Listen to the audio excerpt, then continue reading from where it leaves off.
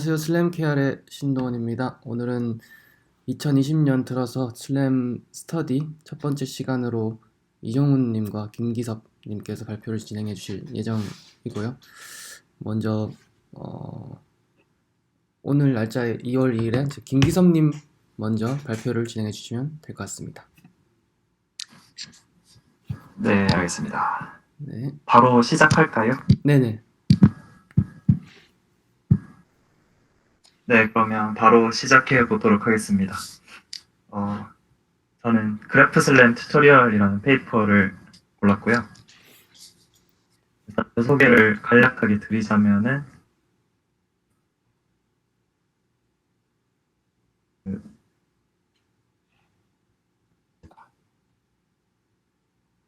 먼저 페이퍼 소개 드리기 전에 사실 진영님이 이걸 다들 보신 분도 많을 것 같고 보면은 좋을 것 같아서 일단 올려봤습니다. 하지만 제가 차근차근 바로 보도록 하겠습니다. 오늘은 Material Based Slam이라는 페이퍼고요. 2010년에 나온 페이퍼고 그래프슬램 소개할 때 인용되는 페이퍼였고 그래서 700회가 넘는 아주 유명한 페이퍼라고 할 수 있습니다. 현재를 슬램과 옵티미제이션으로 다룰 내용을 오늘 다룰 채로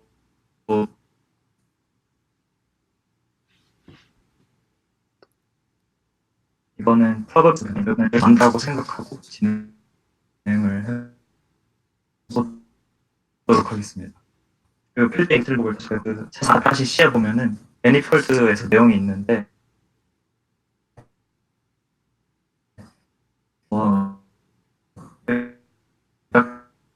하자면은 오늘 다룰 메트드에서 스무딩이라는 게 있고요. 스무딩이 과거의 정보를 수정한다는 의미에서 즉 그곳의 과거 포스의 정보들을 수정할 수 있는 내용을 담고 있습니다.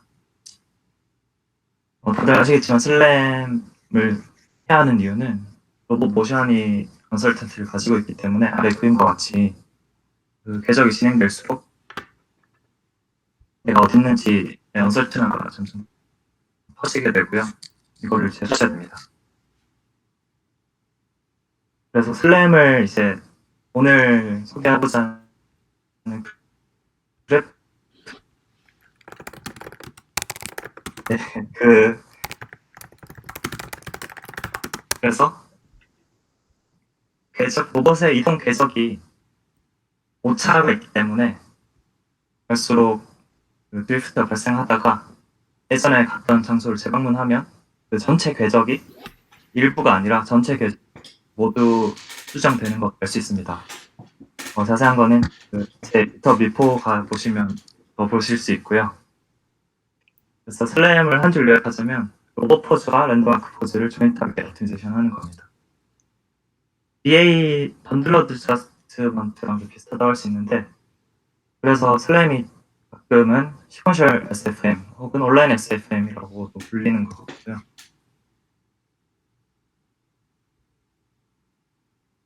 포즈는 빼고 로봇 포즈 옵티미제이션 하면은 좀 더 간편한데 이 경우 포즈가 로봇과 주변 환경의 포즈를 단 거예요. 이 로봇과 주변 환경의 포즈의 관계를 그래프로 표현하면 스트림을 푸는 것이다 라고 말할 수 있겠습니다. 이때 이제 그래프에는 두 가지 구성 요소가 있는데 노드와 엣지가 있는데요.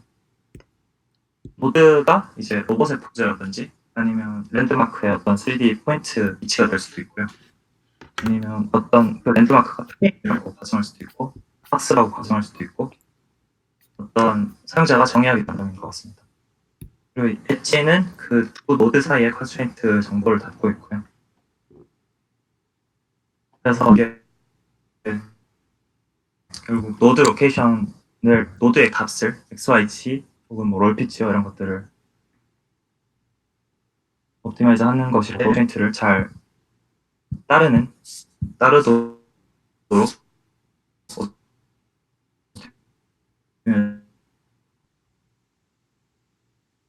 왜 보면요.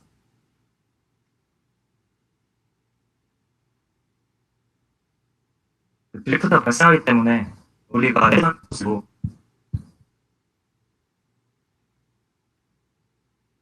수정을 하고 싶은 걸 이제 최적화를 통해서 하고 싶습니다. 여기서는 리스트 스퀘어 프로블럼으로 바꿔서 하게 되고요. 왜냐하면 보통 많은 옵티미제이션 문제들이 리스트 스퀘어, 코스트 펑션이 리스트 스퀘어일 때 풀 수 있는 방법론들이 이미 많이 개발되어 있기 때문에 이렇게 이제 바꿔서 풀자라는 것입니다.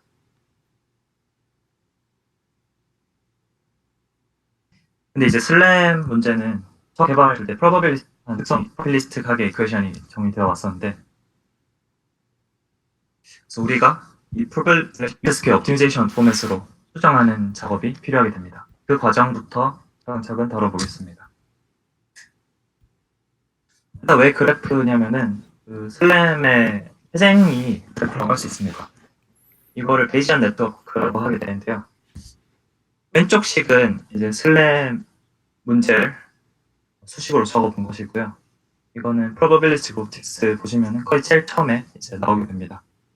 여기서 뭐 Z는 메저먼트고 U는 오도메트리 같은 무빙이고 X와 M이 이제 로봇 포즈와 주변 환경의 포즈가 됩니다. 이때 이 수식과 완전 똑같은 표현이 이걸 그냥 단순히 그림으로 그린 게 오른쪽이라고 할 수 있고요. 근데 이때 이제 로봇 포즈는 예전 포즈에만 영향을 받기 때문에 마르코브 성질을 가지고 있다고 할 수 있고요. 이 경우 다이나믹 댄이라고 부르게 됩니다. 자세한 거는 그 동아님이 지난번에 올려진 유튜브 보니까 되게 좋더라고요.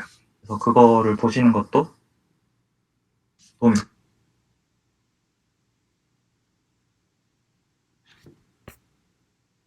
근데 이제 그래프슬램의 핵심은 EBM 구조를 그래프를 나가는 데입니다.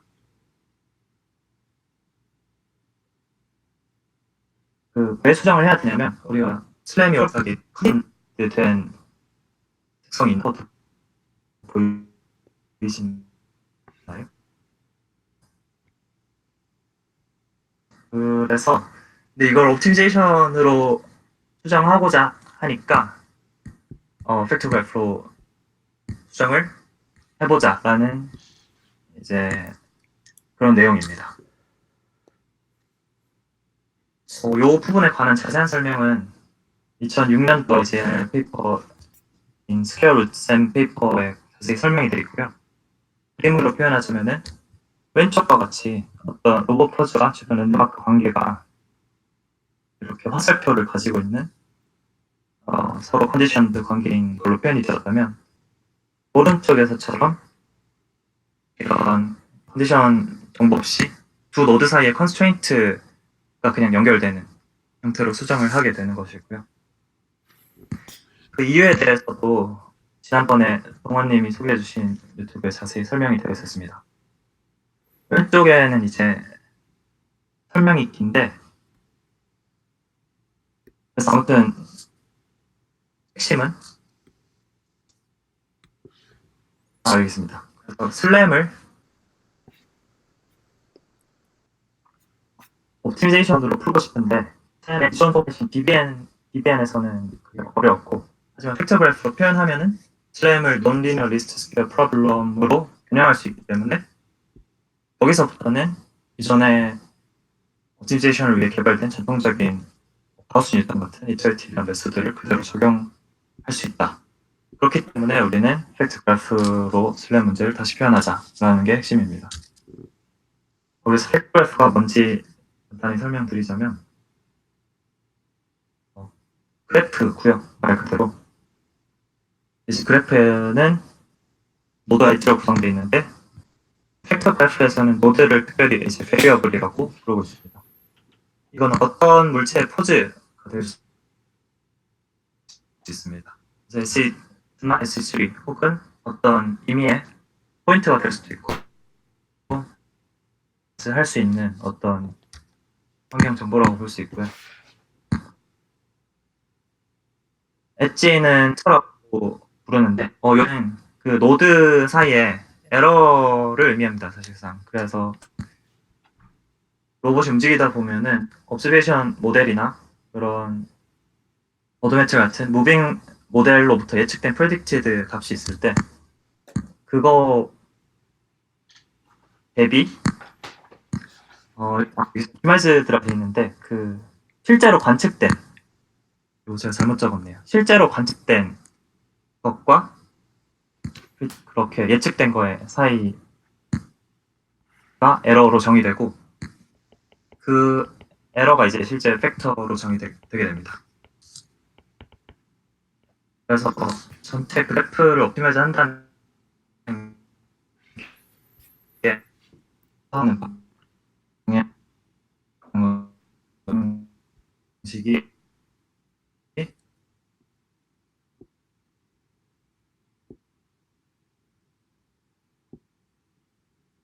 는 이게 그 전에 슬램을 과연 슬램의 그 뿌리는 probabilistic conditioned formulation이었는데 이거를 왜 리스트 스퀘어로 과연 진짜 표현할 수 있는 게 맞는가에 관해서 설명을 조금 더 해드리자면은 요거는 역시 스퀘어 루트 쌤 페이퍼에 아주 잘 설명이 되어 있고요. 개인적으로는 미니쌤 페이퍼에 조금 더 이해하기 쉽게 돼 있었던 것 같습니다. 먼저 슬램이 아까 말씀드렸다시피 DBM이라고 했는데 이게 팩터 그래프가 되면은 그 팩터들 간의 총 합으로 표현할 수 있게 됩니다. 이때 이제 joint probability distribution of all factors라고 말할 수 있고요. 그래서 이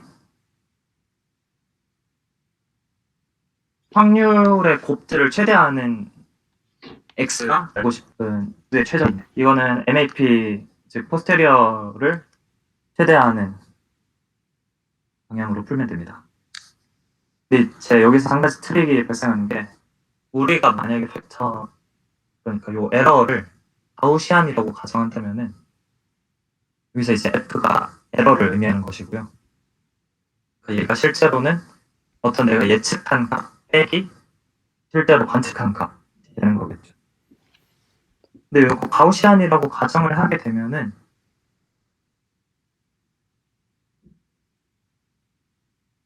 요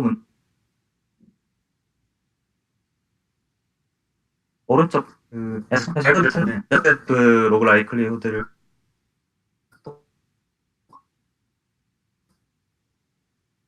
그것을 미니마이즈하는 알고리즘을 찾는 거와 해는 같기 때문에 그걸 가우시안이라고 우리가 가정했기 때문에 그걸 이걸 하면서 제곱탑만 딱 남게 되는 것이죠. 센서 연습단티를 고려해서 실제로는 말라노비스 거리가 되게 됩니다. 그래서 제가 옵티미제이션 알아보세요. 일단 예시부터 시작을 해볼게요. 먼저 두 노드 A, B가 다음과 같이 있었다고 하면 우리가 이렇게 이동해서 왔기 때문에 기존 정보로부터 두 노드 사이 거 2라고 내가 예상한다. 일단 하고 있어. 근데 B에서 A로 이제 실제로 하는 이 거리가 막 1이었다. 그래서 실제 에러는 이만큼이구나. 그럼 이제 B의 위치를 조정을 하자. 이런 부장님 죄송합니다. 혹시 그 밑에 숨기기 좀 눌러주실 수 있겠어요? 요것도 감사합니다. 네.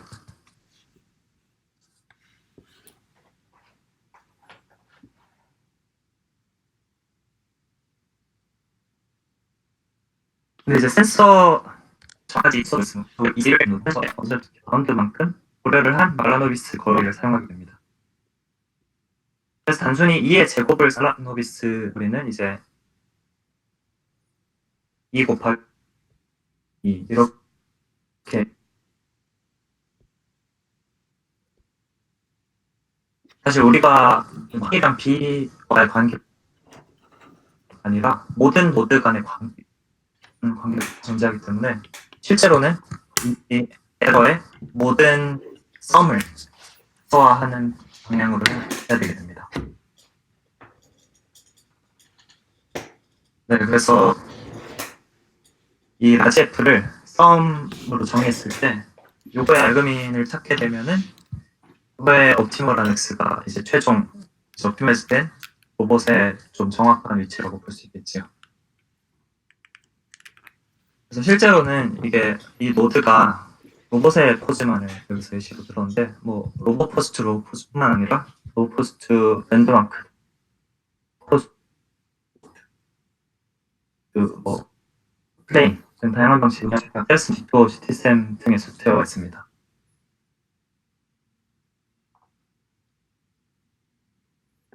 그래서 우리가 최소식 푸는데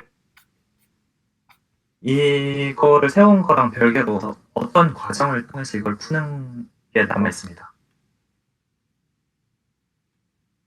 그래서 우리가 함수를 다시 살펴보면은 non-linear least square라고 할 수 있고요. 왜냐하면은 이 안에 에러 펑션 자체가 리니어하지 않기 때문에 non-linear least square라고 부르게 됩니다. 그래서 일반적으로 이렇게 정의할 수 있고 이때 F는 에러를 의미하고 요 시그마는 uncertainty, sense uncertainty를 의미하고 요 로우 텀에 관해서는 후버넘 같은 그 일종의 조금 큰 아웃라이어를 방어해주는 역할을 한다고 생각하시면 될 것 같습니다. 보통 옵저베이션 모델을 H로 많이 쓰니까 위에 F를 H라고 한번 적어보겠고요. 로스트 커널이 없는 형태를 일단 간단하게 생각해 보겠습니다. 우리가 풀고 싶은 수식은 다음과 같이 정의할 수 있습니다. 가끔 가다가 실제로 에러 펑션을 이제 옵저베이션 빼기 관측값이기 때문에 이렇게 적는 경우도 있는데요. 여기서 이제 뒤에 미분을 해보시면 알겠지만 여기 제가 설명을 조금 잘못 적었는데 이게 상수에서 사라지는 게 아니라 결국 상수 텀이 이 텀이 뒤에 나오게 되는데 요거를 지금 적나 나중에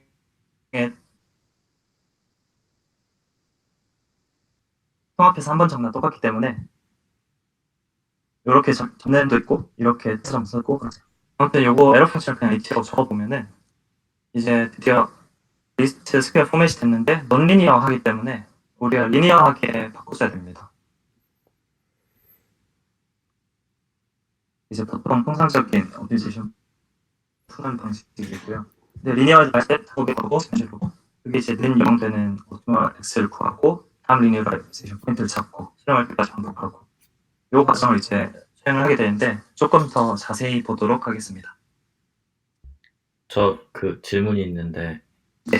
여기 지금 옵저베이션 모델을 H라고 썼다고 하셨는데 네. 실질적으로 저거 에러 모델 아닌가요? 여기서요? 그 두 번째 수식이요. 여기서요? 네. 네, 맞습니다. 이게 제가 여러 가지 논문에서 싸우다 보니까 어떤 그 미니쌤 페이퍼에서는 이렇게 써놨더라고요. 예. 위에서 H라고 옵저베이션 모델을 H라고 쓰신다고 했는데 그 에러를 네. 써가지고. 네, 에러라고 이해하시면 될 것 같습니다. 예, 알겠습니다. 네, 제가 좀 급하게 만들어서 정신이 없네요.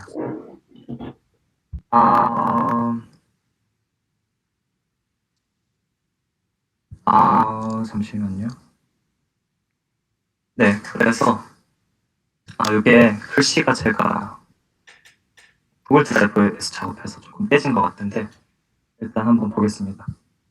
1번에서 원래 문제는 이러한 제곱 형태였고요.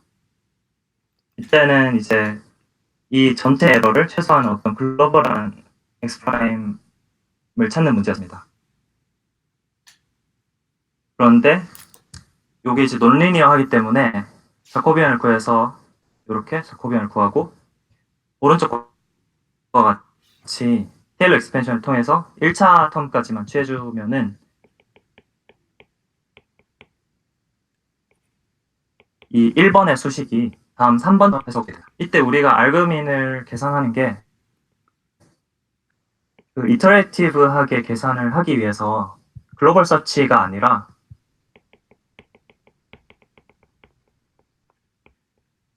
어떤 x0 주변에서 로컬 서치 문제를 배우는 문제가 있고요. 그리고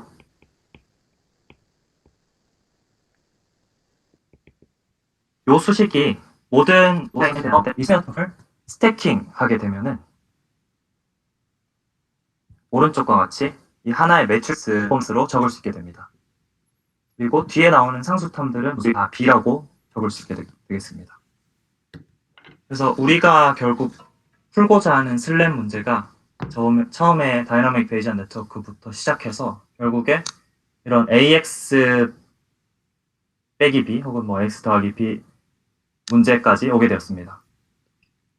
근데 AX는 B가 되는 요 X, 그러니까 요 J 델타 X 플러스 B가 는 0이 되는 델타 X가 당연히 R급인이겠죠. 그래서 이거는 그 선형대수 쪽에서 아주 기초적인 AX는 B 문제를 푸는 것과 같게 됩니다. 그래서 AX-B는 0 문제를 푸는 것인데 양변에 A 트랜스폼을 곱해주면은 결국 요거는 A 트랜스폼 곱하기 A 곱하기 X는 A 트랜스폼 B를 푸는 것과 같게 됩니다. 그래서 요 식이 결과적으로 이렇게 4 트랜스폼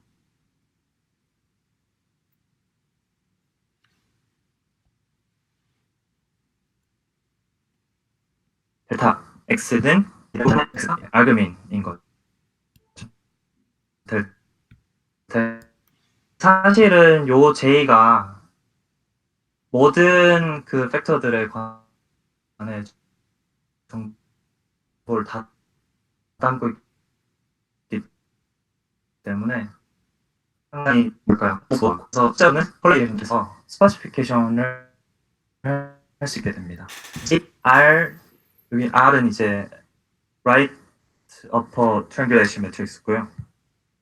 triangular matrix고요. 그러니까 오른쪽 위에만 엘리먼트들이 있는 거죠.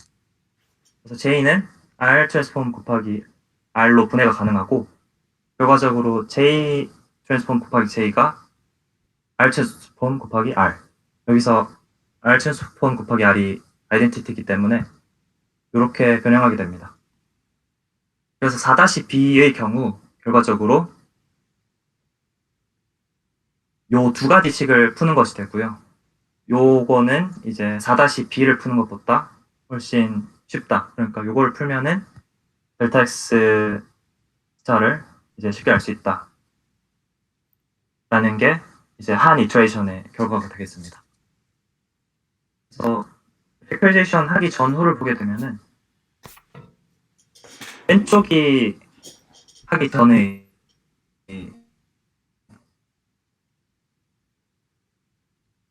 그 인포메이션 매트릭스고요. 여기 이제 인포메이션 매트릭스를 분해한 그 R 콜레스키 트라이앵글 매트릭스입니다.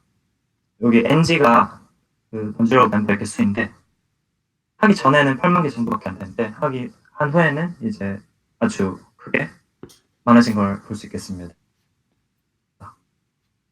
그래서 스파스 매트릭스가 되었기 때문에 어떤 뭐 메모리나 성능상에 더 장점을 취할 수 있게 되고요. 그래서 우리가 얼마나 이동해야 될지 델타 X를 알게 되었는데 그래서 요만큼을 다음 이터레이션 포인트로 이동시켜주게 됩니다. 특성을 그 리니어라이즈 포인트를 새로운 엑스트라를 사용할 수 있게 되는 거죠. 이때 이제 LM 등에 방법할 수 있고요.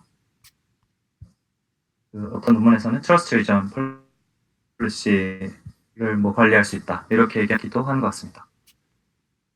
대신에 로테이션과 같이 벡터 스페이스가 아닌 경우에는 6번 식에서처럼 이렇게 그냥 더하면 안 되기 때문에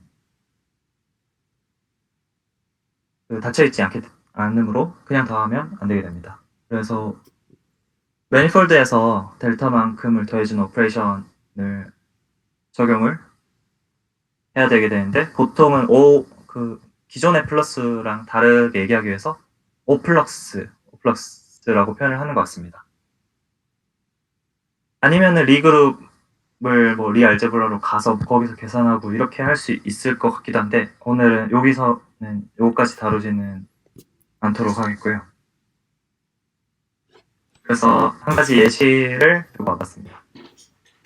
로봇이 이렇게 총 5턴의 턴 동안 이동을 했다 쳤을 때 이 개별 노드 사이에는 오도메트릭 팩터가 존재하고요. 그래서 노드 1과 2는 연결되고 2과 3이 연결되고 3과 4가 연결되고 4와 5가 연결이 됩니다. 근데 이제 이때 당연히 드리프트가 있으므로 어떤 T5의 위치가 많이 벌어져 있을 텐데 그걸 해소하기 위해서 어떤 예전에 방문했던 노드 사이에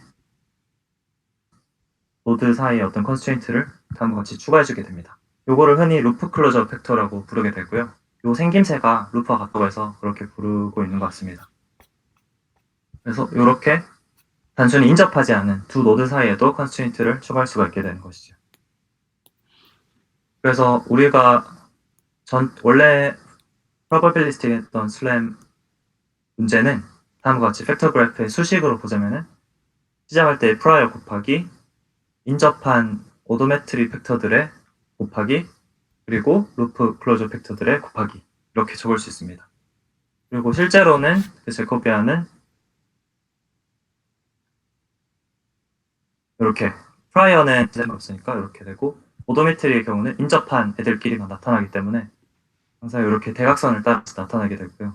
루프 클로저의 경우 서로 인접하지 않은 애들에 대해서도 나타나게 됩니다. 지금은 5가지 예제여서 이게 많이 스파세 보이는데 몇천 개 정도가 되면은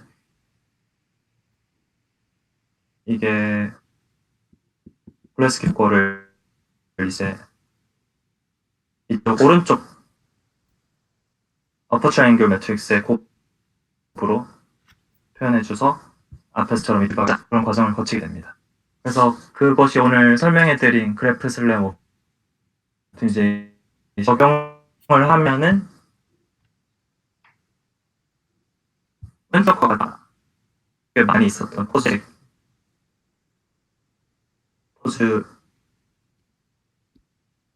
오른쪽과 같이 이제 수정이 되고 더 많이 발생했을 때는 이렇게 구겨지게 되는데 그 루프 팩터들도 함께 옵티미자이션을 하게 되면은 다음과 같이 그 전체 에러가 많이 해소가 되어서 아주 예쁜 모양을 가지는 것을 확인할 수 있습니다. 그래서 이런 작업을 해주는 슬램 툴들이 나와 있는 게 세레스가 있고 G토어가 있고 GT쌤이 있고 그리고 미니쌤이 있습니다. 미니쌤은 최근에 나왔는데 그 미니쌤 페이퍼에 있는 페이퍼를 한번 들고 와봤고요.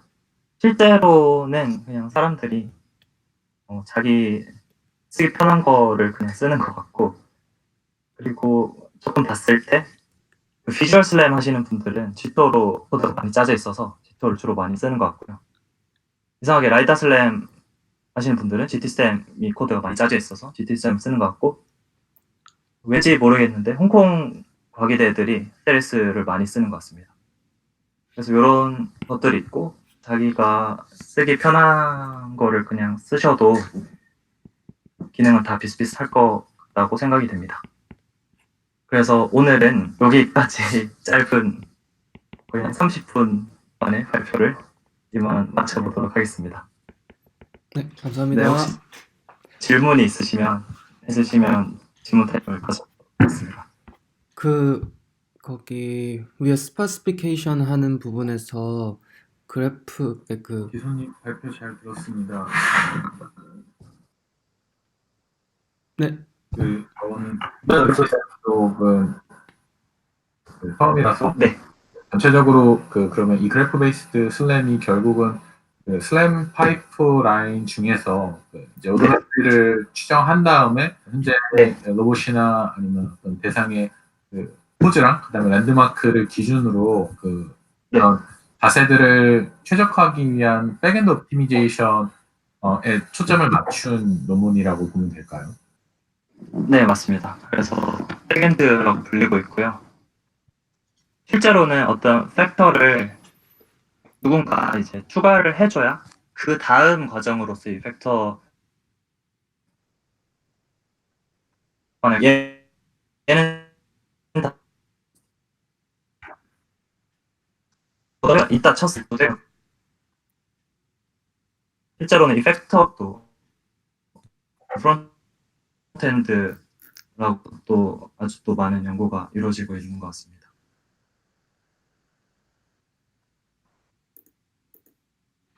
그러면 노드 통합으로 노드 안의 컨텐츠를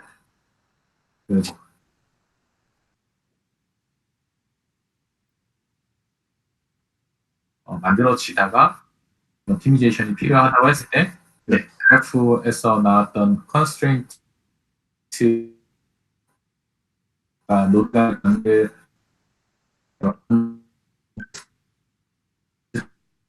케어 프로블럼으로 만든다.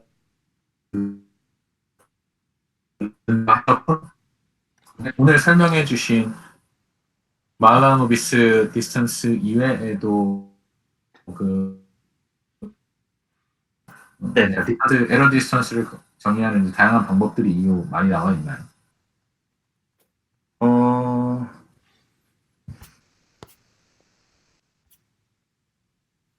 그게 이제 결국 팩터를 어떻게 하냐는 건데, 일단 그 디스턴스는 일단 세레스 쪽에서는 레지듀얼이라고 부르고 있는데, 레지듀얼 펑션을 사실은 그냥 자기가 정의하기 나름인 것 같아요, 사용자가. 그래서 코스트 펑션이라는 그 정의해주면은 아주 쉽게 쓸 수 있도록 어떤으로 어떤 클래식 이런 툴을 네. 들여서 너희 우리가 그런 네, 게 이루어지고 있는 것 같고요. 그래서 한 가지만 마지막으로 더 질문 드리면 그러면 기존에 이제 비주얼 슬램 쪽에서 언더 어저스트먼트 같이 리프렉션 에러를 최적화한 거나 이런 기법들과 이제 어떻게 보면 전체적인 컨셉추얼리는 제가 지나온 것들에서 발견할 수 있는 관측치들을 최소화한다는 것에서 저는 되게 유사하게 이해를 했는데 네. 어떤 차이점이 있을까요? 오늘 설명해주신 그래프 베이스드 슬램을 이용한 백엔드 옵티미제이션이랑 그 다음에 기존의 리프렉션을 최적화하는 번들 어저스트먼트랑 네. 같은 거라고 봐야 되나요? 아니면 다른 어떤 기법적인 차이가 있어서 분류가 되는 건가요?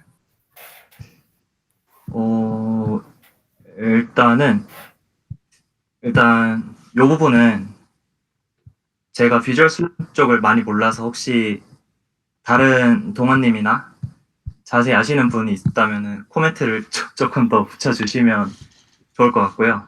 일단 제가 생각했을 때는 요 G템이나 G2를 그대로 이용해서 그 SF 문제를 그대로 풀 수 있다고 알고 있고요. 네. 그 팩터를 결국 SFM이 현재 로봇 포즈와 3D 랜드마크 사이에 컨스트레인트가 있는 게 SFM이기 때문에 네네. 결과적으로 포뮬레이션이 똑같다고 생각이 되고, 근데 큰 관점에서는 이렇게 로봇이 주행을 하면서 시퀀셜하게 포즈가 추가되기 때문에 그 좀 태생적인 도메인적으로 조금 다르달까요? 그래서 저희 쪽에 보면 스퀘어 루트 셈 네. 이후에 isem이라고 해서 어떻게 뭐 인크리멘탈하게 더 할 것이냐, 빨리 할 것이냐 이런 어프로치가 있는 것 같기도 하고요. 혹시 제 목소리 들리시나요? 네, 그 리프렉션 에러랑 그래프 슬램 차이는 아무래도 리프렉션 에러는 2D 이미지 평면에 프로젝션 해서 거기서 차이를 줄이는 거라서 그런 면에서 좀 차이점이 있지 않을까요? 이미지 2D 플레인이 있어야 되는 거고 리프렉션 에러는 어차피 이제 카메라 포즈와 맵 포인트를 최적화하는 거긴 한데 근데 그래프 쪽에서는 그냥 그런 과정 없이 3D에서 그렇게 최적화하는 그런 형태가 아닌가 싶어요. 그러니까 접근 방법, 지금 어프로치 상의 차이라는 쪽도 같고 어떤 하는 유사한데 이제 그 인풋 데이터의 특성이라든가 상황에 따라서 이제 문제를 어떻게 풀 것이냐라는 다른 점이고 유사한 기능을 한다라고 제가 이해를 하면 될까요? 네, 일단은 둘 다 백엔드 어, 옵티미제이션. 네, 네, 말씀하시죠. 조금 이야기 들리시나요? 네, 네, 들립니다. 네.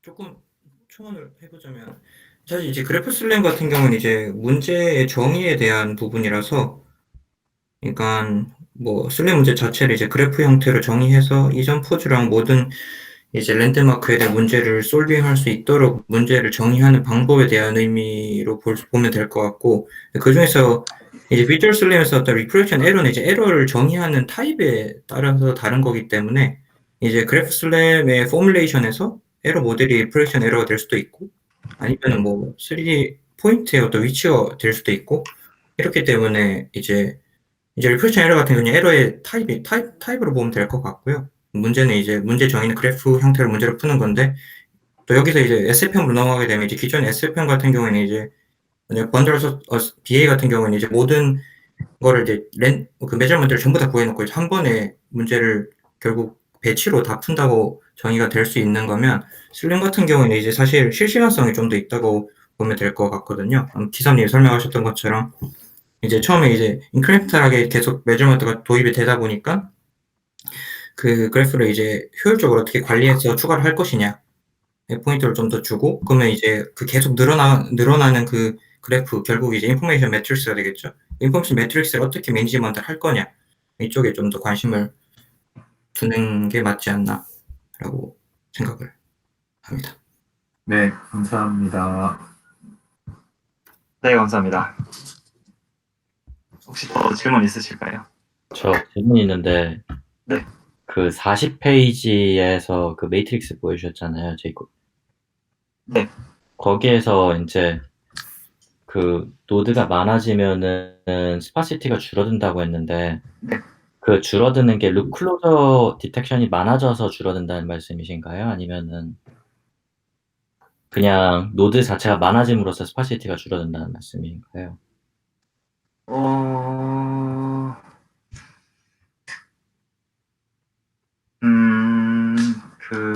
잠시만요. 여기 보시면은 그 인포메이션 매트릭스가 지금 보시면 대칭입니다. 대칭인 이유가 그 i, j랑 j, i 팩터가 사실은 같기 때문에 그렇게 되고, 그래서 스파시티가 줄어들지 않나 이렇게 생각이 되는데 의견은 어떠신가요? 지금 혹시 40페이지 매트릭스 보고 있는 건가요? 40페이지였다가 제가 38페이지에 이제 예시 그림을 하나 틀어드렸습니다. 아, 네네네. 아, 그러면은 그 다이어고널 매트릭스는 그 오도메트리인 거고, 그 네. 나머지에 있는 부분들은 옵저베이션들을 통한 그 노드들이라고 보면 되는 건가요? 네, 저는 그렇게 이해하고 있습니다. 그래서 커지면은 기본적으로 옵저베이션이 많다는 가정이 있을 때 저렇게 커지는 거예요? 네, 왜냐하면 어떤 장소를 쭉 어떤 길을 따라서 재방문하게 되면 네. 루프가 쭉 다 발생하게 되니까 네. 루프 팩터 개수가 시간이 지날수록 점차 많아지고, 그래서 스페시피케이션 요거가 조금 있지 않나 싶습니다. 네, 제가 38페이지를 아까 잘 못 들어가지고 그랬나 봐요. 아닙니다. 네. 네. 여기서 NG가 어떤 숫자죠? 그 넘버 오브 넌지로인 것 같습니다. NG를 개수. 네, 그래서 빈칸 개수가 8만 개였는데 네. 281만 개가 되었다. 이 얘기를 하고 있는 것 같습니다. 넘어가시고. 네.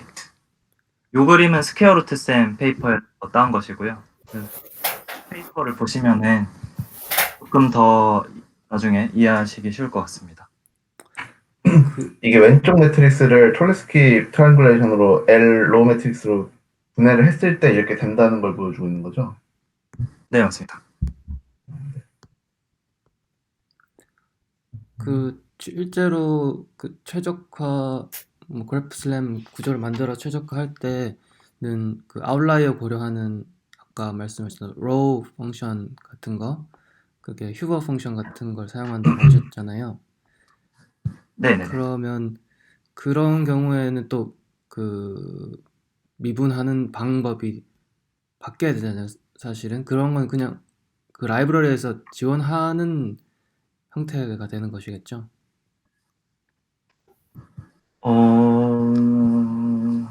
그렇지 않을까요? 사실 제가 직접 자코비안을 구해본 적은 그쵸. 없거든요. 그냥 거기 이렇게 코드에서 이렇게 네. 이렇게 설정하는 형태로 가서 그냥 우리는 쉽게 활용하기만 하면 되는 그렇게 네네네. 되는 것이죠. 네, 코드에서 지금 자세히 예시는 못하겠지만 그 G2O 같은 거에는 그냥 옵션처럼 간단하게 껐다 켰다 할 수 네. 있는 걸로 알고 있습니다. 네, 알겠습니다. 감사합니다. 네. 그 37페이지에 하나 질문 있는데요. 네. 그 델타 T 구해서 자코비안 가지고 구해가지고 구하는 방식을 네. 여기 설명에는 로컬 서치 형식으로 바꾼다고 돼 있는데 네. 이게 서치 방식이라고 말할 수 있는 건가요? 저는 약간 자코비안 구해서 하는 거라서 그레디언트 디센트 방식으로 해서 옵티마이즈 푼 거라고 느끼고 있는데 네네. 그런 거를 서치 방식이라고 얘기를 하는 건지 용어가 맞는 건지 좀 궁금해서. 요 용어는 네. 미니쌤 여기 위에 아카이브 페이퍼에서 제가 따온 용어인데요. 네네. 이거는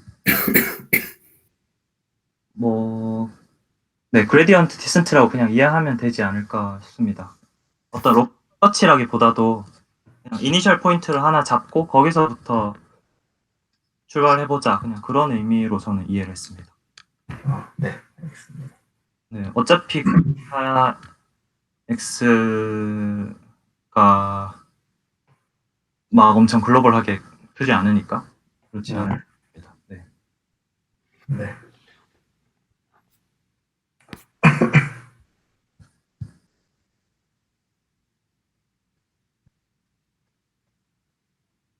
네, 혹시 질문 더 있으신가요? 없으신 것 같네요. 네. 그래서 기사님 발표해 주셔서 감사합니다. 수고하셨습니다. 네, 감사합니다. 네, 고맙습니다. 네, 고맙습니다.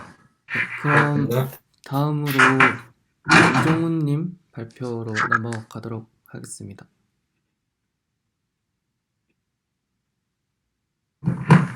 들리시나요? 네네, 잘 들려요. 네. 잠시만요.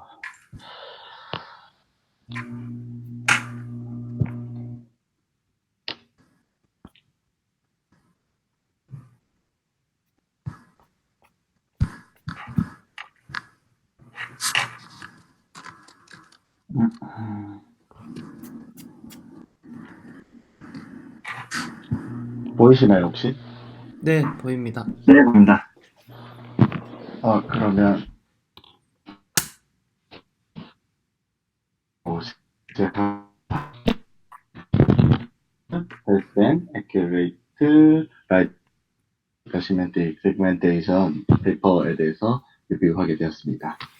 저 뭐 소개는 간단히 하자면, 저는 이제 여기 슬램 KR 같이 운영하고 있고, 원래 대학원에서는 이제 비주얼 슬램 쪽 전공했었고, 현재는 뭐 작은 회사의 AI 팀에서 리드를 맡고 있어서, 사실 오늘 페이퍼도 그렇고, 딥러닝 기반의 그런 방법론들에 대해서 관심이 많고, 앞으로도 그쪽에 대해서 계속 스터디를 할 것 같습니다.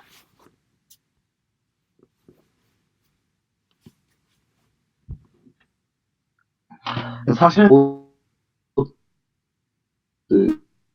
이제 저자들이 참여한 레인지 넷플러스 먼저 이렇게 하는 게 맞는 것 같아서 준비를 하였고요. 그래서 조금은 가벼운 마음으로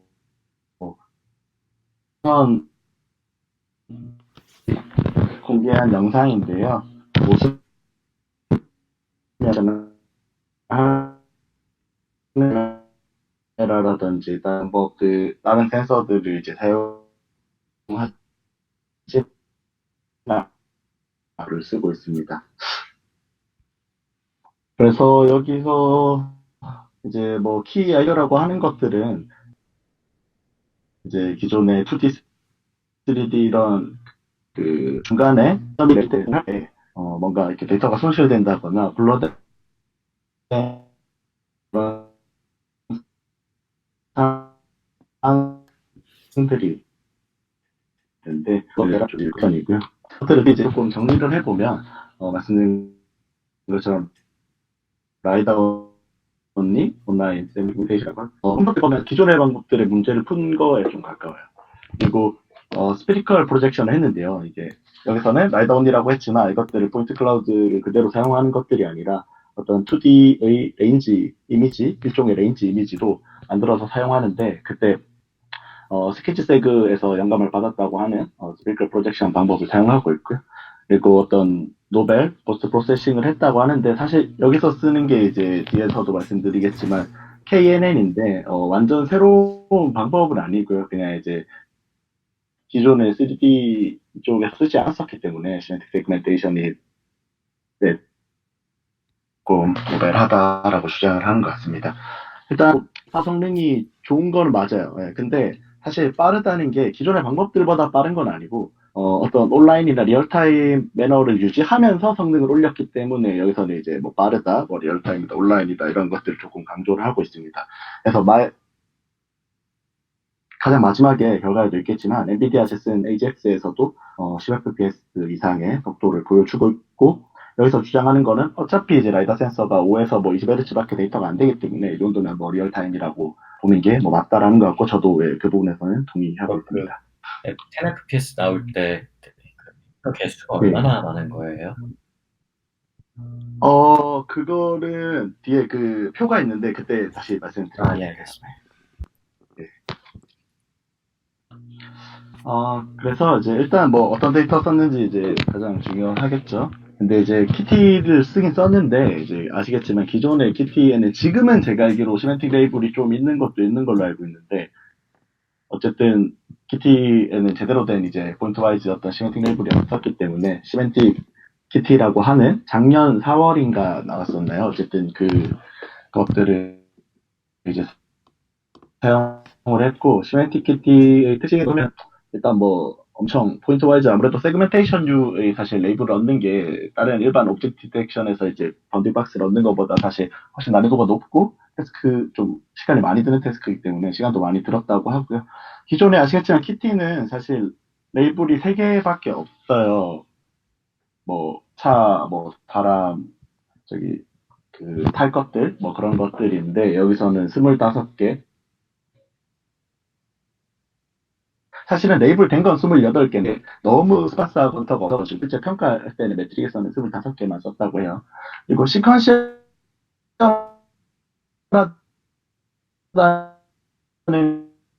거를 되게 하는데 그래서 이제 많은데 시퀀셜한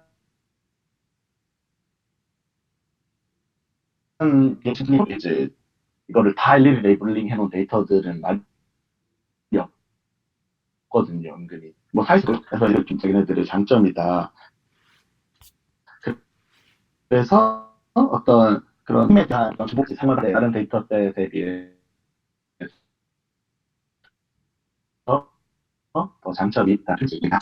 미국에서 전체적인 그 최대 이제 벤치마크 대상을 이제 스케치세그 그 버전 1, 2를 이제 잡고 있는데요. 방법도 이제 그 스페리컬 프로젝션 한 기본적인 컨셉도 비슷하고.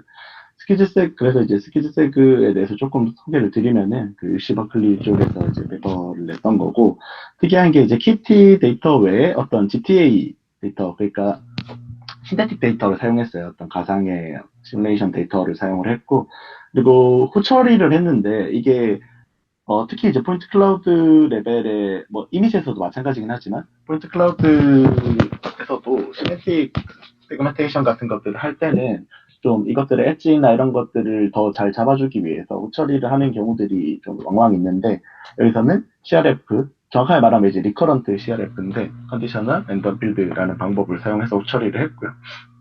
근데 이게 90도에 대해서만 했어요. 사실 그 벨로다인 셋이 원래 당연히 360도에 대해서 나와야 되는데, 아마 키티에서 그 당시에 레이블이 그 90도에 해당하는 애들만 바운딩 박스가 있었어서 아마 그렇게 한 것 같아요. 어쨌든 그런 좀 단점이 있고, 그리고 백본이 좀 약해요. 그 실제 네트워크 보시면 아는데 좀 얕기도 하고, 예, 성능도 그래서 생각보다 높진 않습니다. 엄청 빠르긴 한데 성능이 생각보다 높지 않고요. 스피리컬하게 한 거는 사실은 되게 간단해요. 그냥 기존의 것들을 뭐 어떤 탑뷰에서 이렇게 딱 찍는다든지, 프론트 뷰에서 완전 그냥 이미지처럼 해서 이제 프로젝션 했었는데, 이거는 그 라이다의 특성을 이용해서 그대로 구면 전면으로 이제 프로젝션을 그냥 한 거고요. 수식은 뒤에 같이 보여드리겠습니다. 그리고 사실 이 데이터 인밸런스 문제가 그냥 오브젝트 디텍션에서도 많이 있는데 세그멘테이션 이슈에서 더 심하긴 해요. 그러니까 뭐 이런 도로라든지 길거리의 나무 이런 것들이 불필요한 데이터가 좀 너무 압도적으로 데이터가 많고, 뭐 사람이라든지 아니면 자전거 이런 데이터가 오히려 적은 경우들, 뭐 표지판도 그렇고요. 그래서 이 데이터 인밸런스 문제가 존재하는데, 그런 것들을 해결하기 위해서 이제 본 논문에서는 다른 접근 방법을 썼는데, 여기서는 이제 포콜로스 같은 것들을 좀 사용을 했고요. 그리고 데이터를 XY, Z 3채널만 사용을 하는 게 아니고 인텐시티도 이제 같이 사용을 하는데, 인텐시티가 사실은 좀 이게 센서마다 아직 데이터도 좀 표준화가 덜 돼 있고, 그래서 이게 좀 불분명한 그런 게 있긴 하지만, 어쨌든 그 벨로다인에서도 실제로 로우 데이터로 인텐시티라는 값을 받을 수 있기 때문에 그것들을 이제 사용을 했고요. 그것들을 근데 그냥 단순하게 사용한 게 아니고 XYG 값을 통해서 인텐시티를 어떤 추정해보는 그런 네트워크까지 일부 포함을 시켜가지고 사용을 했다고 합니다. 근데 그러면 여기서 영감을 받았다고 했는데, 이 본 논문 레인지넷 플러스랑 어떤 차이가 있냐라고 봤을 때, 일단 데이터는 시멘틱 데이터 같은 걸 쓴 건 아니고 어떤 방대한 양의 시멘틱 키티를 사용을 했고요. 후처리 방법에서 리커런트 CRF를 쓴 게 아니고 GPU 기반의 KNN, 리얼리스트 네이버를 사용을 했는데, 사실 이렇게 하면은 뒤에서 결과에서도 보이겠지만 속도는 오히려 많이 좀 손해를 봅니다. 많이 속도는 줄어드는데, 그럼에도 불구하고 성능이 이제 상당히 향상되기 때문에 이제 이런 방법론들을 도입을 한 것 같고요. 말씀드린 대로 이제 90도만 했던 거를 360도로 확장을 했고, 백본에 대해서 좀 아예 갈아치웠어요. 이제 그것들을 뒤에서 다시 설명드리겠습니다. 리프레젠테이션에 대해서 앞에서도 언급은 했지만 다시 한번 좀 설명을 드리면요. 그냥 이 수식을 가지고 스피커 프로젝션을 하는데요. 그냥 유가 어떤 이미지 코디네이트라고 보시면 되고,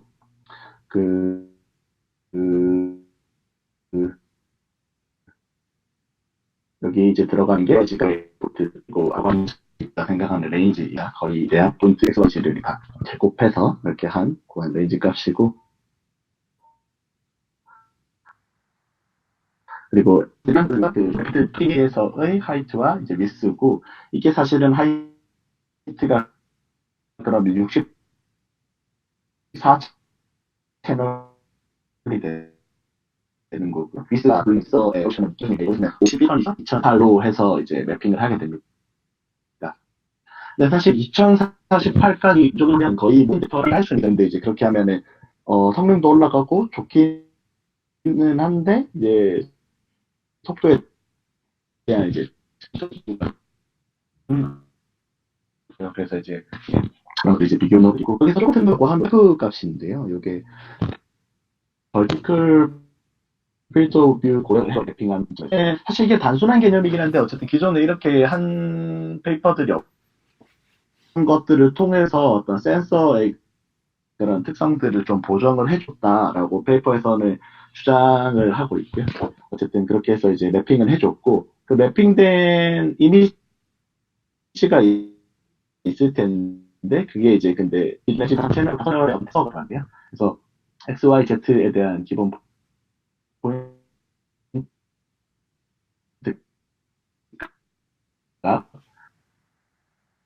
그리고 샤이드를 다아닌데 저희가 그냥 각 동일한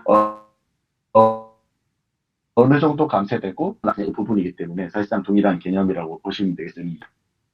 이거 네, 센서마다 모델링 하는 어떤 값도 있으십니다. 그래서 이런 가정 방식으로 이제 랩핑을 할 때도 이어서 뭐 하면 요런 이제 중간 단계 이제 이 A 단계를 이제 여기서 한 거고요. 그래서 이제 이런 인풋이 만들어지면 이제 이거를 네트워크에 넣어서 할 텐데 그때 사용된 모델이 이제 레인지넷 뭐 플러스라고 했는데 레인지넷이라는 오리지널 페이퍼는 없더라고요. 그냥 이 페이퍼 안에서 그냥 다 그렇게 한 것 같아요. 표현을. 그거는 엔코더 디코더의 아워글래스 쉐입을 일반적으로 그 세그멘테이션에서 쓰는 쉐입을 가지고 있고요. 아시겠지만 그 풀리 컨볼루션을 끝에는 사용을 합니다. 원래 풀리 커넥티드 사용을 하면 기존의 위치 정보들이 사라지는 그런 단점들이 있었기 때문에 이걸 보완한 거고요. 근데 사실 이까지는 일반적인 방법론이죠. 그리고 아까 그 스키즈 세그에서 백본이 약하다는 얘기를 했는데 뭐 백본이 약하다는 건 사실 치명적인 단점이긴 해요. 이렇게 그 엔코더 디코더의 하워글래스 구조를 이용할 때의 장점은 어떤 이 전체 이미지에 대해서 글로벌 어떤 특징들을 이 되게 로우 레이턴시에서 어떤 그 글로벌 매너의 어떤 컨텍스트를 되게 추상화를 많이 할 수 있다는 게 장점인데 사실 이걸 추상화를 제대로 못하면은 당연히 복원할 때도 이제 결과가 안 좋겠죠. 그래서 여기에서는 약간 속도도 괜찮으면서 이제 성능이 보장되는 그 흔히 저희가 욜로라고 잘 알고 있는 그쪽에서 사용하는 이제 다크넷 53 백본을 가지고 왔고요. 근데 조금 수정을 했어요. 그래서 레인지넷이라고 이름을 붙였는데 이미지에서 원래 사용하던 거라서 그렇기도 하고 여러 가지 3x3 컨볼루션이 또 대세로 많이 쓰였었기 때문에 스키즈 그러니까 정사각형의 에스펙트 이제 레이쇼를 가지고 있었는데 여기서는 그렇게 하면 조금 단점들이 있어요. 왜냐하면 호리전탈이랑 이제 위스랑 버티컬이랑 호리전탈이랑 너무 위스랑 하이트랑 그 레졸루션 차이가 심하기 때문에 여기서 이런 그 에스펙트 레이쇼를 조금 조정을 했고요. 그리고 이제 아까 말씀드린 것처럼 3채널이 아니라 이제 5채널의 레인지랑 그 인텐시티, 리미션 이제 포함된 데이터를 사용을 하기 때문에 그런 부분들을 알고 있습니다. 이제 맞게 변형을 해서 이제 확장을 했고요. 기본적인 이제 압축하고 이렇게 레지듀얼 잃는 이 부분은 기존의 다크넷이랑 상당히 유사한 구조를 가지고 있습니다. 그리고 조금 특징적인 게 아무래도 이 하이트에 해당하는 그게 64채널밖에 없잖아요. 근데 라이다가 뭐 32채널, 16채널 쓰면 더 심할 거고 64채널을 써도 이 위스의 뭐 510이나 2048에 비해서 너무 부족하기 때문에 다운샘플링을 하는 과정에서는 하이트에 대해서는 수행을 하지 않았어요. 그래서 여기 뭐 OS1, 뭐 OS2, OS 뭐 4, 6, 뭐 32 돼 있는데 이게 그 위스에 대해서 전체 이제 원래 오리지널 위스 대비 몇 배가 줄어들었냐, 몇 분의 뭐 1이냐 그거를 이제 이렇게 표현한 거고요. 여기 끝까지 가면 이제 32분의 1이 되는 거죠. 네, 그렇게 하고 화이트에 대해서는 다운샘플링은 하지 않습니다. 컨볼루션만 수행을 하고. 그리고 여기서 이제 로스 펑션은 그냥 크로스 엔트로피를 썼는데 조금 다른 게 웨이티드 크로스 엔트로피를 사용을 했어요. 여기 아이고 죄송합니다. 보면은 여기 웨이트가 이렇게 곱해지는데 크로스 엔트로피에서 여기 C라고 하는 게 이제 클래스에 대한 부분이고요. 그래서 이 수식을 보면 아시겠지만 너무 빈번하게 나타나는 데이터에 대해서 좀 줄여준 거예요, 값을. 그러니까 뭐 예를 들면은 도로라든지 뭐 하늘이라든지 이런 것들은 그 씬에서 계속 너무 도미넌트한 요소들을 가지고 있기 때문에 학습을 하는데 사실 별로 도움도 안 되죠. 그래서 이제 그런 부분들에 대해서는 좀 웨이트를 낮게 주고 좀 이렇게 피처가 좀 두드러진다거나 좀 자주 등장하지 않는 데이터에 대해서는 이제 웨이트를 더 주는 이제 방식으로 이제 로스 펑션을 설계를 했고요. 이것들이 이제 앞에 스키즈 세그에서는 그 로컬 아포콜로스를 이제 사용을 한 거고 그런 차이가 조금 있습니다. 일반적인 이제 소프트맥스를 이제 레이어의 마지막에 이제 수행을 해주는데 여기서도 특징이라면은 어떤 언바운디드 로짓을 사용을 해요. 이게 무슨 말이냐면 그 나오는 아웃풋이 어떤 플러스 무한대 무한대로 이렇게 나오게 만든 거죠. 그런 다음에 이제 소프트맥스를 수행하는데 사실 플라이기션의 도구가 요즘은 더 많은데 굳이 이렇게 언바운디드 로짓을 쓴 거는 어,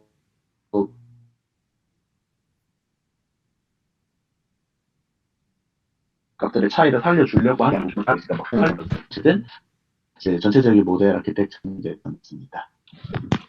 그리고 근데 이제 이렇게 해서 아웃풋이 나오면은 결과가 나쁘지는 않아요. 뒤에서도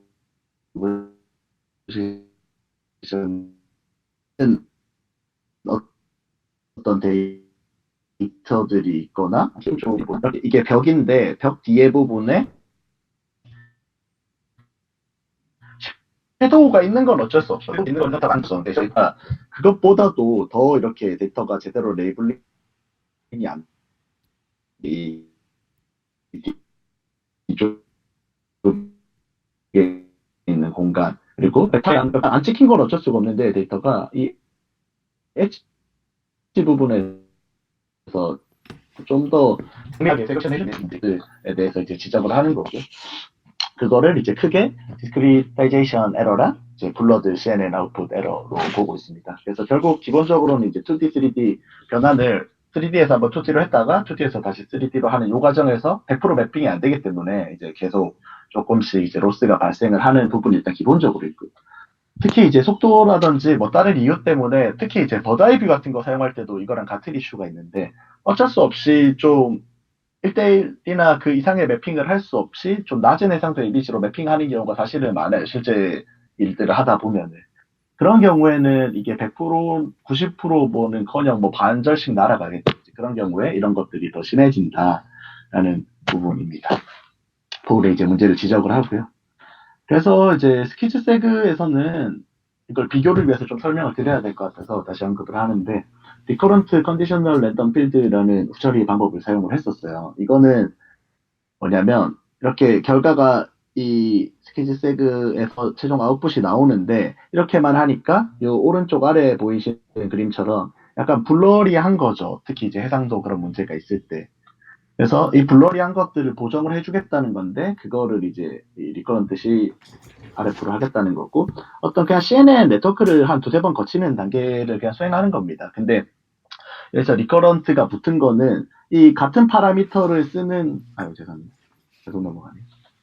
같은 파라미터를 쓰는 이 하나의 네트워크를 이렇게 뭐 이터레이션을 한 번, 두 번, 뭐 많으면 10번까지 뭐 그냥 계속 할 수도 있고요. 그렇게 결과가 괜찮을 때까지 그냥 리커런트하게 수행하기 때문에 이제 리커런트 CRF라고 하는 거고 실제 이게 이제 자연어 처리에서도 많이 쓰이는데 그때도 RNN이랑 LSTM이랑 이런 식으로 많이 같이 쓰이기는 하더라고요.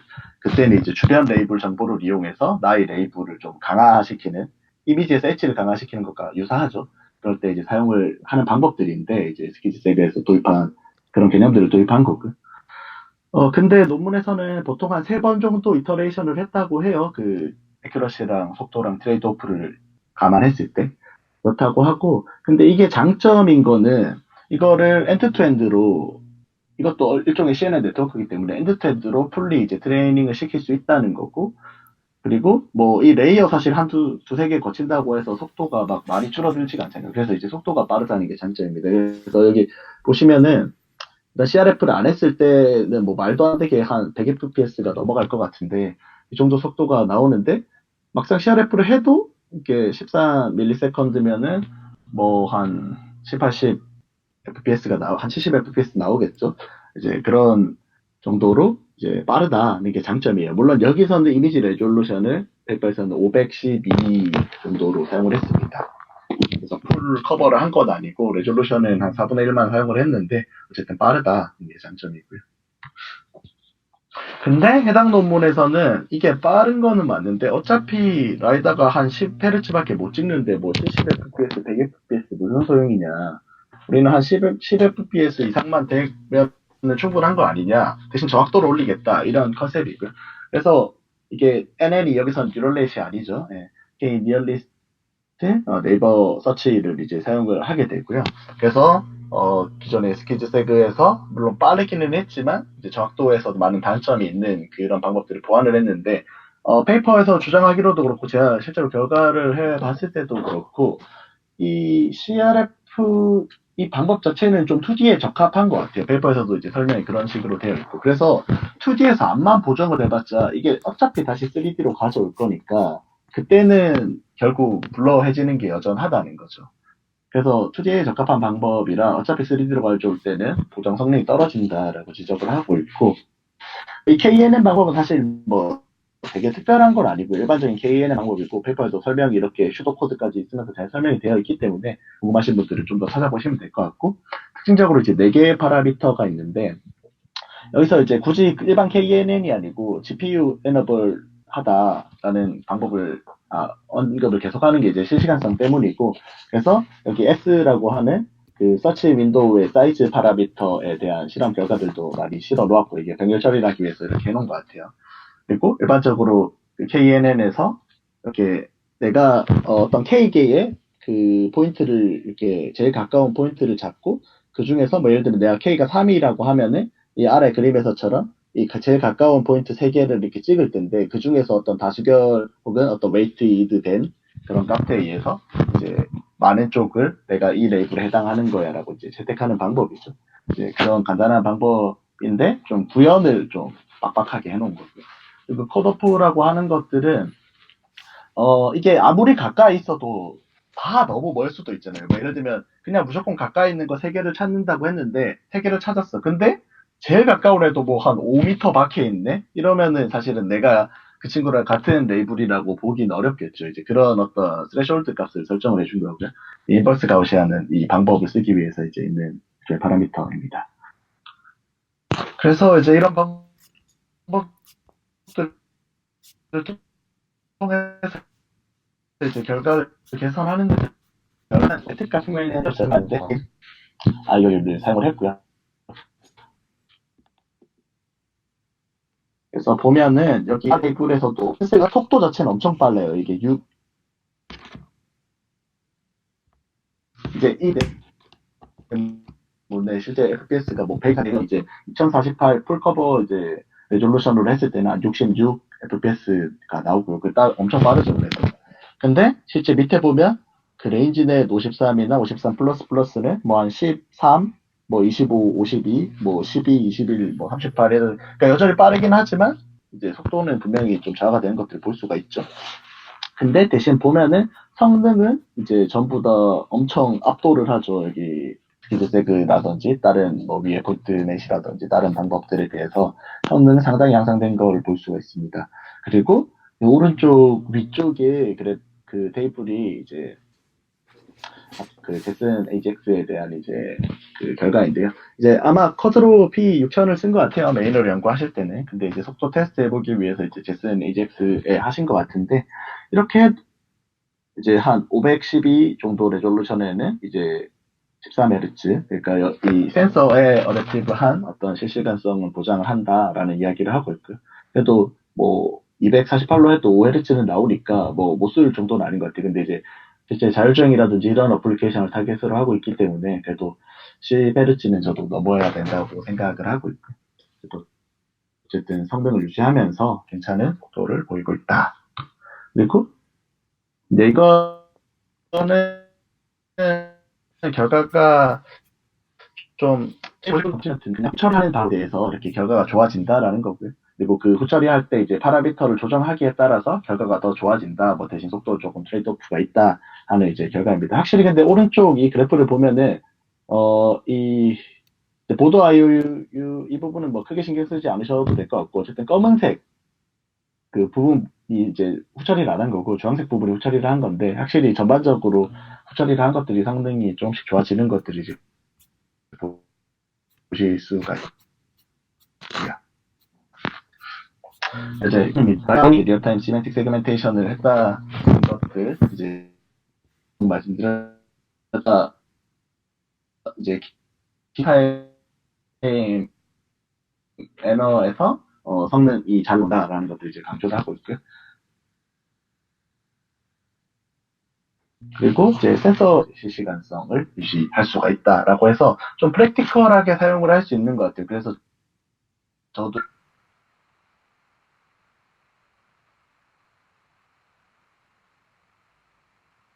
하고 있습니다.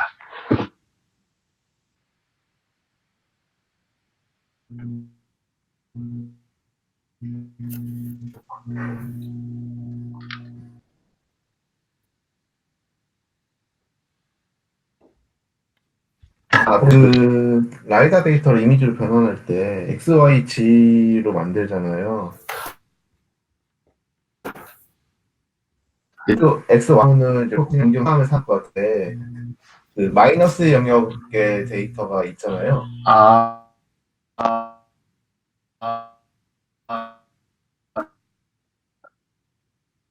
이런 건 혹시 어떻게 보는? 그렇죠. 근데 제가 계산할 때는 그게 안 왔었는데, 잠시만요.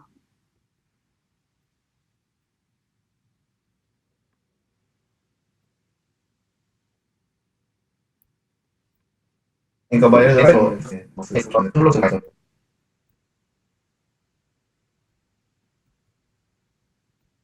이게 어떻게 되시나요? 그냥 일단 저도 좀 이게 맞는 얘기인데, 이거는 이제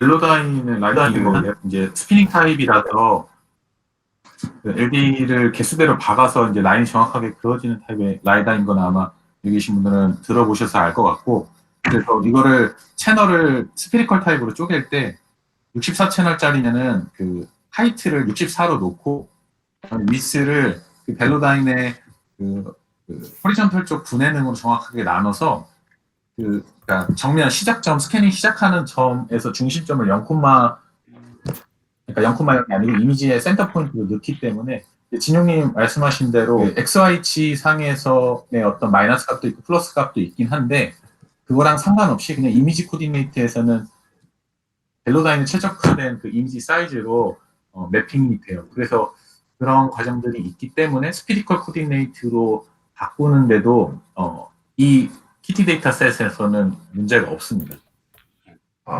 저는 그 코디네이트를 여쭤보는 게 아니라 그 그러니까 이미지로 변환했을 때 그 픽셀의 값을 여쭤보는 거거든요. 그러니까 뭐 XY 인텐시티라고 되어 있는데 그 X에는 그 포인트에 X 값이 들어가는 것 같고 Y에는 그 포인트에 Y 값이 들어가는 게 맞나요?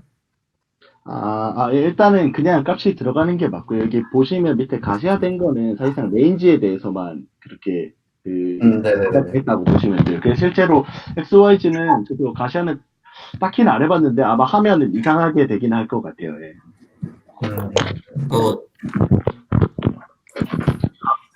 그 노멀라이제이션을 민맥스를 잡아가지고 민맥스를 잡아서 이미지 8비트로 맞게 0에서 1로 플로팅으로 주거나 아니면 유니트로 주기 때문에 제가 이제 질문을 잘못 캐치했는데 예. 그거 노멀라이즈 해서 들어가는 거라고 보시면 되겠습니다. 레인지도 해서 이 전체 범위를 뭐 몇 미터까지 할지 설정을 하고 만들거든요. 예를 들어서 70m 넘는 거는 그냥 세츄레이션 값으로 보고 레인지도 그렇게 설정하고 XYG도 노멀라이제이션 해서 넣습니다. 네네. 알겠습니다. 안 해도 되기는 하는데 아마 키티는 저도 돼 있었던 것 같아요. 아마 인텐시티 값도 아마 해서 넣는 경우도 있고 안 해서 넣는 경우도 있는데 해서 넣는 게 나으실 거예요. 이거 막 안 그러면 몇만씩 지키거든요. 네네네네. 알겠습니다. 저는 그 레인지 플러스는 아까 중간에 설명해 주신 스퀴즈세그에서 그 CRF 설명해 주셨는데요. 네. 이 부분이 지금 그 앞에 있는 스퀴즈세그 백본, 그러니까 네트워크가 나온 다음에 R을 지나는 형태인 거잖아요. 원래 기존의 형태가 결과적으로는 인퍼런스를 할 땐 될 것 같은데, 학습단에서 분리해서 라이브 앞에 있는 리코더를 학습하고, 그다음에 이 시아프 레이어를 따로 학습하나요? 아니면 이 전체가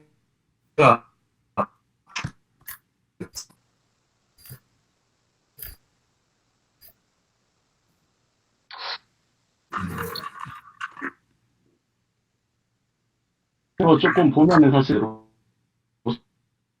좀 복잡하다 했는데 이게 스키즈 세그 같은 경우에는 좀 야,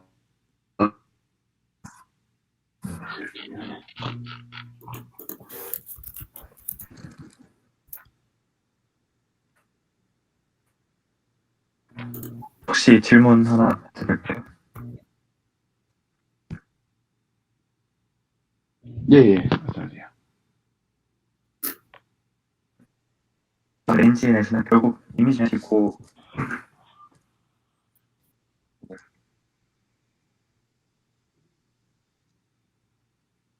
비슷하지 않나 이런 생각을 어떤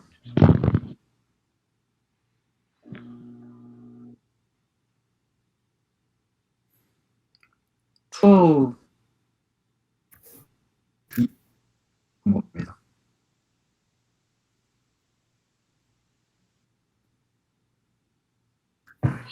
일단은 뭐 앞에는 이게 적으로 저는 그 CRF보다는 어떻게 보면 단순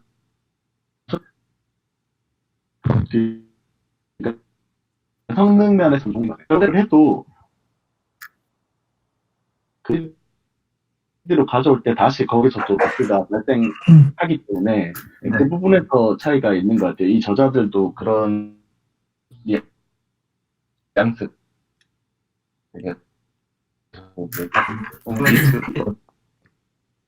또 있고요. 레인지넷 21에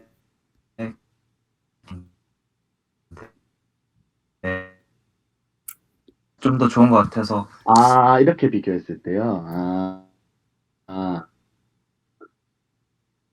네.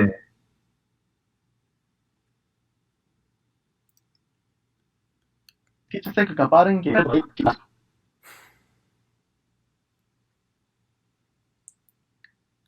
아마 레이어 지금 타입입니다.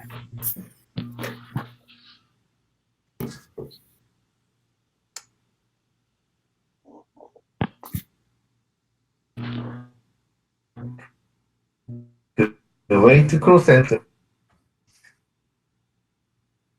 네. 그 F요. 아, 되는 다음이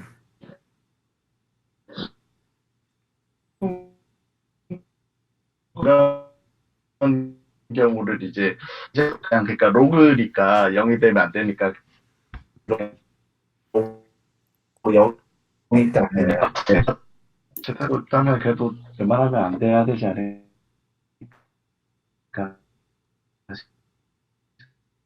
이런 저도 깃허브에 다 코드랑 모델도 공개해 놓은 걸로 알고 만약 32 이런 시 널리에 좀 뻥뻥 뚫린 것도 많아지고 좀 이럴 것 같고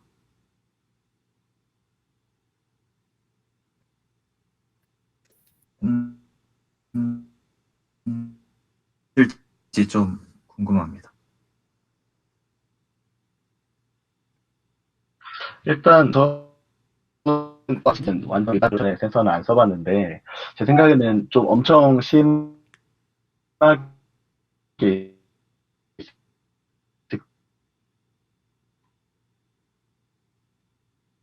네, 좀 듣기 때문에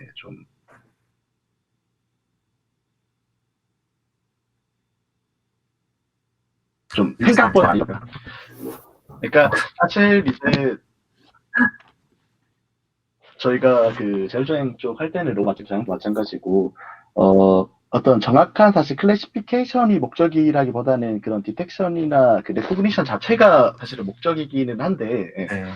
근데 결국은 예, 이런 좀 점점 좋아지려면 예, 아직은 좀 해결해야 될 것들이 있는 것 같아요. 예. 네, 알겠습니다. 감사합니다. 저 질문이 있는데, 그러니까 지금 그런 미싱 데이터를 표현하는 게 문제가 되니까 스피리컬 프로젝션 하면서 생기는 것 같은데, 혹시 다른 프로젝션을 하거나 네. 스캔이 아니라 멀티 스캔을 하나를 어그리게이트 해갖고 쓰는 경우는 없나요? 그러니까 이제 뭐 그렇게 해서 뭐 프로젝션을 한다던가.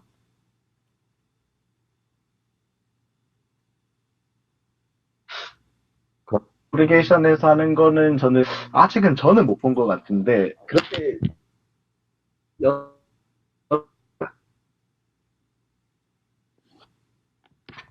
프로젝션은 근데 이제 타임에 대한 부분까지 추가를 하나의 피처를 더 추가를 하는 거죠.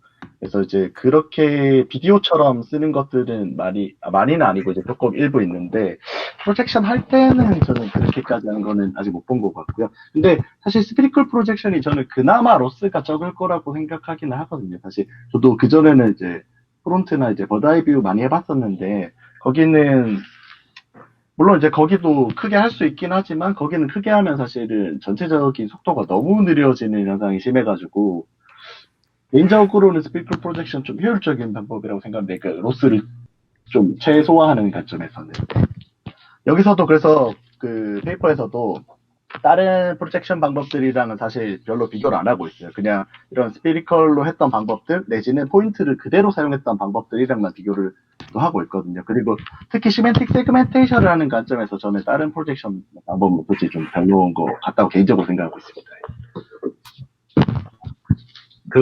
제가 이쪽을 많이 못 봐가지고, 그러면 혹시 스피리컬 프로젝션이랑 포인트 그대로 사용하는 거랑 좀 차이 설명 좀 해주실 수 있어요? 어떤 문제?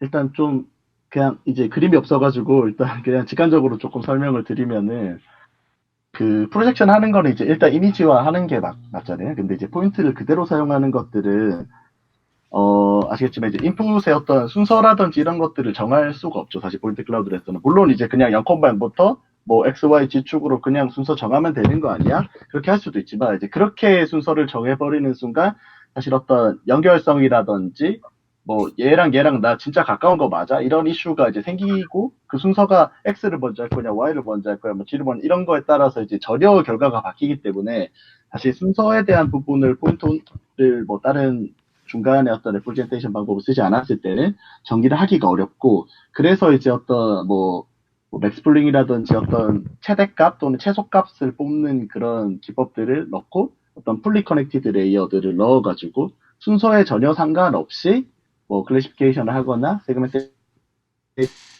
하는 기법이 이제 많이 있는데요. 뭐 포인트넷 같은 것들을 비롯해가지고 근데 이제 그런 것들이 이제 단점이 조금 속도가 느린다는 평가도 있고 근데 이제 뭐 그거는 이제 사실은 개선된 부분들이 많이 있기는 한데 어쨌든 기본적으로 이제 그 방법 자체의 차이는 그렇고요.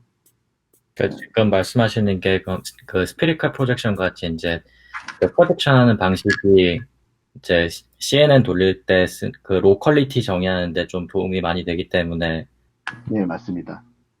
그래서 말씀이시죠? 그래서 뭐 포인트넷 플러스나 뭐 이제 슈퍼 포인트 그래프 이런 거 좀 유명한 페이퍼들이 있고 여기 논문에도 이제 그 릴레이티드 워크에 있는데 이런 방법들도 결국은 이제 포인트로 하다 보니까 어떤 글로벌 정보들을 이렇게 추상화하는데 어려움이 많고 퀄리티를 이제 정의하기가 어려워서 이런 어떤 그래프 뉴럴넷 방법을 쓴다든지 아니면 이거를 뭐 다시 피처를 뭐 2차적으로 이렇게 압축을 하는 방법을 쓴다든지 그런 것들을 하고 있거든요. 그러다 보니까 속도가 좀 점점 늘어지는 측면도 있고요. 네, 알겠습니다. 지훈님이 질문하신 거에 대해서 제가 조금만 더 코멘트 드리면, 일단은 이 기본적으로 포인트 클라우드를 바로 인풋으로 사용하는 경우에는 그냥 일반적인 그러니까 풀리 커넥티드를 사용해서 처리를 해야 되거든요. 근데 이게 보통 뭐 라이다 데이터 같은 경우에는 3만 개, 한 프레임에 6만 개 이렇게 들어오니까 그거를 일렬로 세웠을 때 이제 노드가 엄청 많아지잖아요. 어쨌든 첫 번째 레이어에.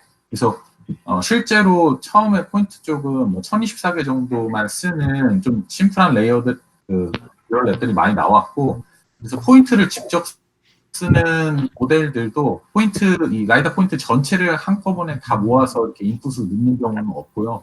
앞에 주호님 말씀하셨던 대로 다른 형태로 만들어서 그 리즌 프로포저를 먼저 한 다음에 그 다음에 이제 정보 손실이 안 된 리즌 프로포저리 된 로컬 영역에서의 포인트만 다시 뭐 포인트넷이나 포인트넷 플러스 플러스나 이런 것들에 넣어서 처리하지, 제가 아직까지 서베이 했던 걸로도 이 라이다 데이터 전체 한 씬에 대한 한 프레임 전체를 그냥 다 일렬로 쭉 인풋을 넣은 다음에 그 전체를 뭔가 해서 하는 형태의 이런 방법들은 보지는 못한 것 같습니다. 그래서 차이점이 있다라고 하면 지금까지 제가 논문 섭외한 걸로 보면 그냥 애초에 2D 쪽으로 프로젝션을 어떤 방식으로든 시켜서 이미지 CNN 기반의 그 모델을 가지고 사용하든 아니면 포인트를 직접 쓰려고 하는 그 접근법들에서는 앞에서 포인트에서의 어떤 개수를 줄이고 그다음에 특정 타겟을 선정할 수 있는 리전 프로포저를 먼저 한 다음에 그 리전 프로포저 된 영역에서의 포인트를 가지고 이제 그 포인트 클라우드 전용 네트워크를 돌리는 투스텝 어프로치가 현재까지는 트렌드이고 일반적인 접근법인 거라고 보시면 될 것 같습니다. 네, 감사합니다.